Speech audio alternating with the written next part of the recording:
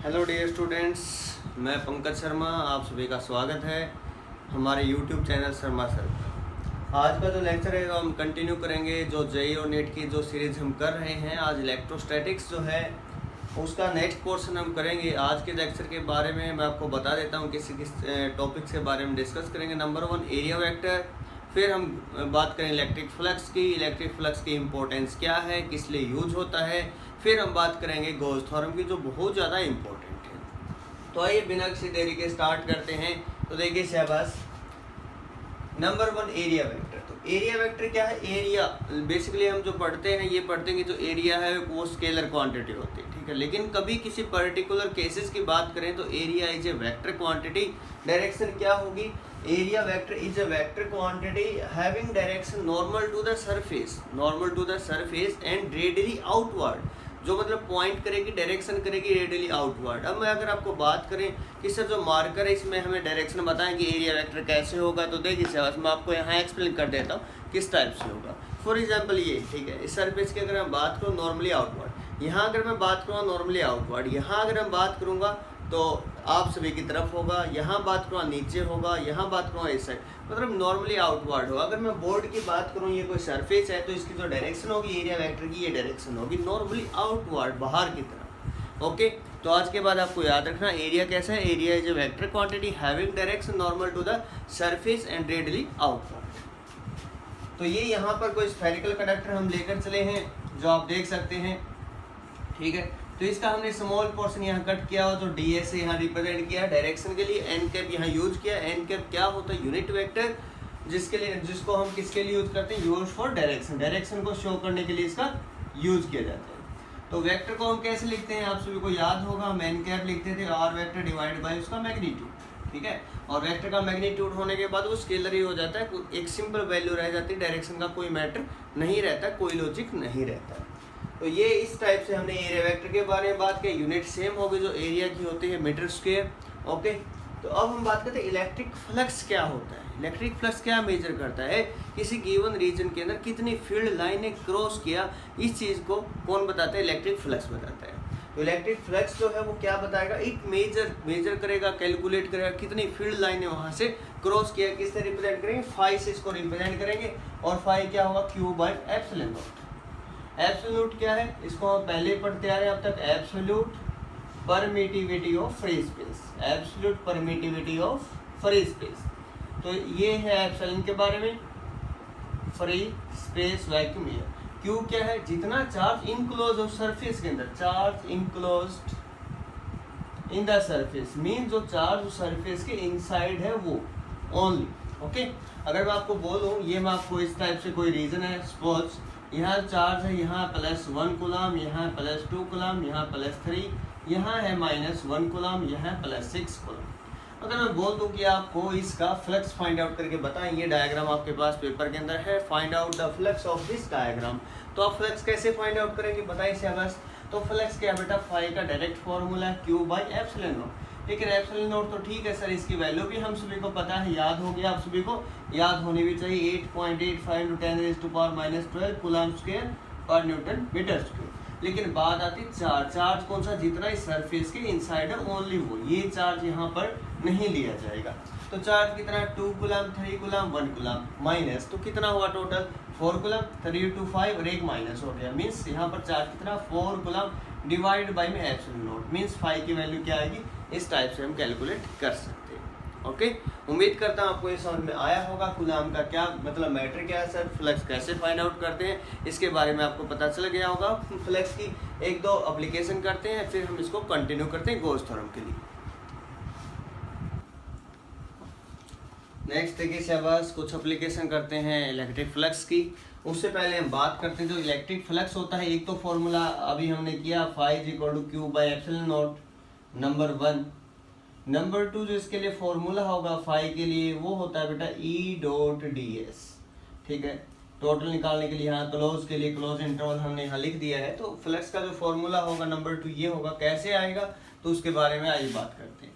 तो ये कोई सरफेस है आपके पास, सपोज यहाँ कोई एरिया कट है, सपोज ये डायरेक्शन जो है एरिया वेक्टर के लिए है, एन कैप, ठीक है, यूज फॉर, और ये कोई चार्ज यहाँ पर डिस्ट्रीब्यूट किया हुआ है, या फिर चार्ज किसी पॉइंट पे, उसकी वजह से मान लिया फील्ड इस डायरेक्शन में, ठीक है, ये है इलेक्ट्रिक फील्ड की डायरेक्शन, ये है एरिया वेक्टर की डायरेक्शन, दोनों के बिटवीन एंगल है थीटा। तब उस केस में जो फ्लक्स होगा, फाई का जो फॉर्मूला होगा आपको याद रखना है, that is E dot D S.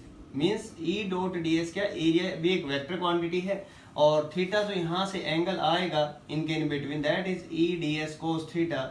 और थीटा जो होगा वो एंगल होगा किस किस के in between, theta with the angle between electric field and area vector, direction of area vector, direction of area vector, क्योंकि एरिया क्या है, एक वेक्टर क्वांटिटी, ठीक है। तो आज के बाद जो फॉर्मूले रहेंगे फाई के, वो यहाँ से हम इन दोनों से यूज करेंगे, E D S cos theta, ठीक है, इस टाइप से हम लिख सकते हैं, इंटीग्रेशन करेंगे नेट आ जाएगा। तो ये यहाँ से फॉर्मूला रहेगा for closed surface A D S cos theta. अब बात ये केसेस ये है, नंबर 1, इफ इलेक्ट्रिक जो फील्ड हम मानकर चले हैं, electric field is normal to the surface, is normal to the surface, अगर वो सरफेस के नॉर्मल है तब क्या होगा। मीन्स ये कोई प्लेन है यहाँ पर, ठीक है, इस केस में हमने चार्ज डिस्ट्रीब्यूट किया जिसकी वजह से जो फील्ड होगा वो क्या होगा, आउटवर्ड होगा, रेडियली आउटवर्ड। तो मैंने यहाँ फील्ड की डायरेक्शन के लिए रिप्रेजेंट करने के लिए मैंने ये यहाँ से इस टाइप से बना, तो नॉर्मल हो गया 90 डिग्री। अब अगर एरिया वेक्टर की बात करें तो एरिया वेक्टर मैंने आपको बताया था क्या होता है, एरिया एक vector quantity having direction normally outward. तो दोनों के बिटवीन अगर बात करें तो थीटा कितना बेटा 0, और थीटा 0 कोस 0 मैक्सिमम, तो इस केस में फ्लक्स क्या होगा, मैक्सिमम, ठीक है, आप उसको ई एस लिख सकते हैं, ठीक है, डी एस का इंटीग्रेशन कर दिया हमने, एस मान लिया टोटल एरिया। तो आप इसको ऐसा लिख सकते हैं, कब, केस नंबर 1 जब क्या हो, इलेक्ट्रिक फील्ड क्या हो, normal to the surface. Number 2, if electric field is parallel to surface of any conductor, कोई कंडक्टर है उसके सरफेस के अगर नॉर्मल पैरेलल है तब उस केस में क्या होगा। तो देखिए फॉर एग्जांपल कोई यहाँ पर क्यूब आप मान सकते हैं इसको, ठीक है, यहाँ से फील्ड लाइन इस टाइप से, ये फील्ड लाइन इलेक्ट्रिक फील्ड की डायरेक्शन, अगर मैं इसकी बात करूं पर्टिकुलर जो आप फ्रंट में देख पा रहे हैं, इसकी वजह से एरिया वेक्टर क्या होगा, towards the observer, area vector की डायरेक्शन ये है और फील्ड की डायरेक्शन ये है, दोनों की बिटवीन एंगल कितना 90 डिग्री। अगर ऐसा कोई केस होता है तो थीटा यहाँ पर कितना होगा 90 डिग्री, क्योंकि एरिया वेक्टर में यहाँ डिनोट नहीं कर सकता, रिप्रेजेंट करने के लिए आप समझ रहे होगे इमेजिनेशन। तो थीटा जब 90 डिग्री होगा तो कोस 90 क्या होगा, 0 होगा, तो फाई क्या होगा इस केस में 0, नो फ्लक्स, कोई फ्लक्स इस केस में नहीं होगा जब भी एंगल थीटा कितना होगा 90 डिग्री। जब एंगल 90 डिग्री हुआ तब आपको याद रखना है, तो वहां पर कोई फ्लक्स नहीं होगा। ओके, तो अब हम बात करते हैं, देखिए से बस अगर मैं यहाँ सरफेस की अगर मैं इस टाइप से ले रहा हूँ, यहाँ शेप नंबर 1 है, यहाँ से फील्ड लाइन पास करिए 1 2 3, नंबर 2 मैंने सरफेस कुछ इस टाइप से लिया हुआ है, यहाँ से फील्ड लाइन 1 2 3, या फिर मैंने सरफेस इस टाइप से जूम किया हुआ है ऐसा कुछ, तब भी फील्ड लाइन ऐसे ही पास करे 1 2 3।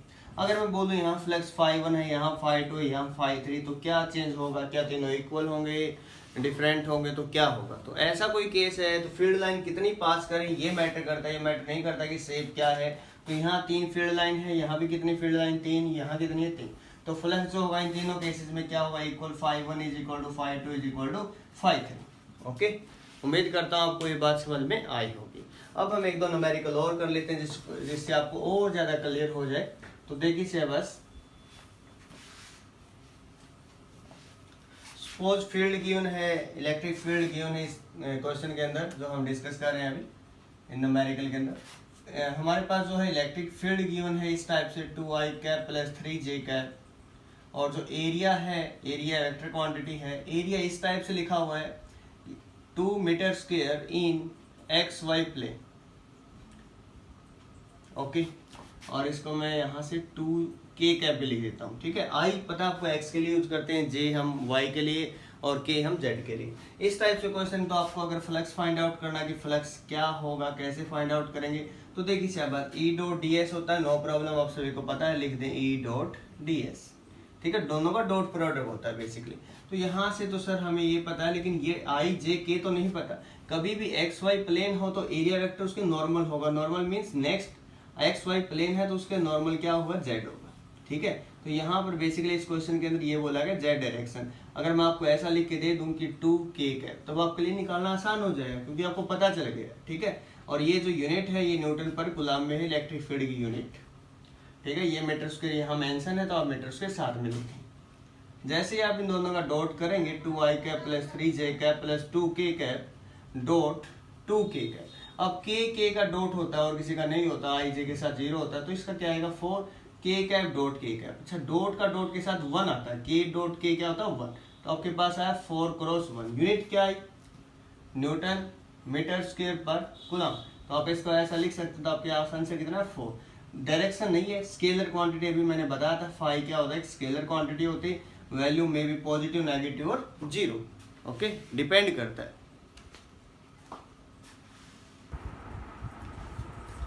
अब देखिए शहबाज, हम बात करते हैं गॉस थ्योरम की।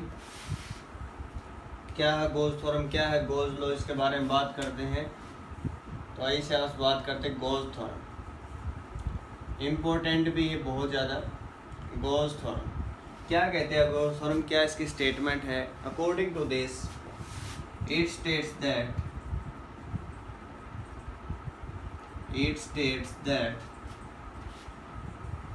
the electric flux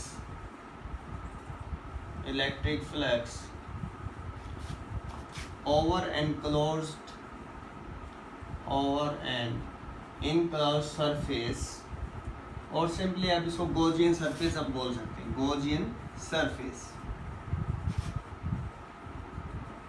is equal to 1 upon epsilon times the net charge enclosed inside the surface। जितना charge inside the surface lie कर रहा है उन सभी का एडिशन डिवाइड बाय में एप्सिलॉन नॉट, वो क्या होगा, इलेक्ट्रिक फ्लक्स होगा।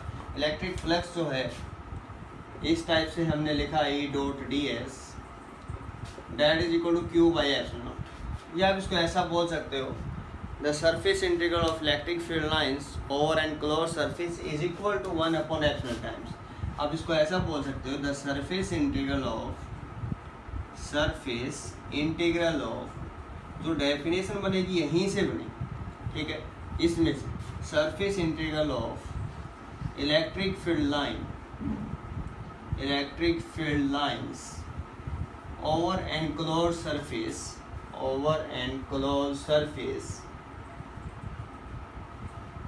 is equal to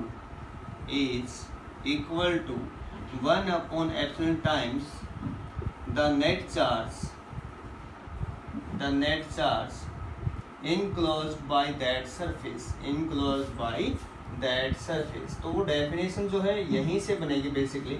जो गॉस थ्योरम की जो डेफिनेशन है, phi is equal to E dot D S is equal to Q by epsilon naught. आप इसका प्रूफ भी चेक कर सकते हैं, उसमें कोई प्रॉब्लम नहीं है।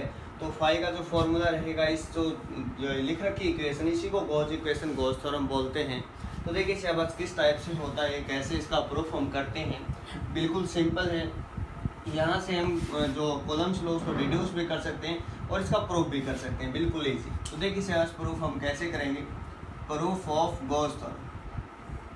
गॉस थ्योरम का जो प्रूफ है, वैसे आपको इसका फॉर्मूला लर्न करना, लेकिन आपको पता भी होना चाहिए किस टाइप से इसको निकाला जाता है, कैसे इसको मेजर करते हैं। सपोज ये कोई सरफेस है, यहाँ स्मॉल एरिया एलिमेंट हमने कट किया, यहाँ कोई चार्ज है प्लस क्यू, ठीक है, जिसकी वजह से यहाँ जो स्मॉल एरिया एलिमेंट कट किया है at any point P, suppose ये कोई पॉइंट पी है, ये सेंटर ओ है, तो यहाँ से एरिया वेक्टर तो आउटवर्ड होगा ही, ठीक है।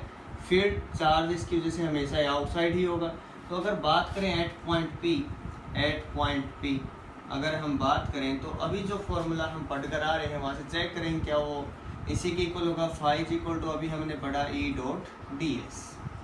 तो ई क्या होगा यहाँ पर देखिए शहबाज, तो ई का फॉर्मूला हमें पता है 1/4 चार्ज डिवाइड बाई में डिस्टेंस का स्क्वायर। सपोज ओ से पी जो रेडियस है वो आर का स्क्वायर इनटू एरिया, ठीक है। यहाँ पर ई डॉट है, डॉट का मतलब कोस आएगा और कोस जो होगा थीटा कितना आएगा दोनों में एंगल थीटा 0 है, दोनों सेम डायरेक्शन में, एंगल थीटा 0 cos 0 1। तो यहाँ इसको डॉट लिखने, वैल्यू लिखने की कोई ज़रूरत नहीं, कोई नहीं है। एरिया क्या होगा यहाँ पर, एरिया स्फीयर हमने ज्यूम किया तो एरिया का फॉर्मूला क्या होगा 4 पाई इंटू आर स्क्वायर। ठीक है, ये कब लिखा जाएगा, जब आप इस इंटीग्रल को यहाँ से हटा देंगे, यहाँ ds के साथ जब ये लगेगा तो अब ds मतलब स्मॉल का कंप्लीट एरिया निकालने जा रहे हो। कंप्लीट एरिया क्या होगा 4 पाई इंटू आर स्क्वायर, तो 4 पाई से 4 पाई कैंसिल होगा, आर स्क्वायर से आर स्क्वायर, ओनली क्या बचेगा क्यू बाई एप्सिलॉन नॉट। यही तो क्या थी गॉस थ्योरम, यही थी क्यू बाई एप्सिलॉन नॉट के इक्वल होगा 1/एप्सिलॉन time total charge enclosed by that surface. अब हम बात कर लेते हैं फाई की कुछ स्पेशल जो पॉइंट है। फाई है क्या, जो फ्लक्स है, ठीक है, इसके बारे में बात करें। नंबर 1 है ज्योमेट्री या शेप के ऊपर डिपेंड नहीं करता कि क्या ज्योमेट्री या क्या शेप यहाँ पर यूज की गई। नंबर 2 चार्ज इनसाइड कहाँ है इस बात पर भी डिपेंड नहीं करता। ये मैं लिख रहा हूँ does not depend on geometry, yes shape, ठीक है। Number 2 does not depend on the position of charge, कि चार्ज है कहाँ पर, इनसाइड, ओनली इनसाइड, ठीक है। आउटसाइड पर तो डिपेंड ही नहीं करेगा, इनसाइड चार्ज की पोजीशन का इस बात पर डिपेंड नहीं करता, ठीक है, लेकिन उनका सबका ऐड होगा, सम अप होगा। नंबर 3 अगर फ्लक्स 0 है इसका मतलब ये नहीं है if flux is 0 then electric field 0 है, ऐसा बिल्कुल नहीं है, ओके। इलेक्ट्रिक फील्ड में भी 0 और having some value. Number 4 if electric field अगर 0 है इनसाइड या आउटसाइड फ्लक्स के केस में, देन फ्लक्स जो होगा वो 100 + 1% क्या होगा 0 ही होगा, उसकी कोई वैल्यू चेंज नहीं होगी, ठीक है। तो ये कुछ पॉइंट जो आपको याद रखने फ्लक्स के रिगार्डिंग। स्केलर क्वांटिटी है, does not depend on the position of charge, कहाँ पर सिचुएटेड है, does not depend on the geometry, shape किस टाइप की इस पर डिपेंड नहीं करेगा। तो ये कुछ रिजल्ट थे इसके रिगार्डिंग जो आपके लिए हेल्पफुल होंगे समझने के लिए।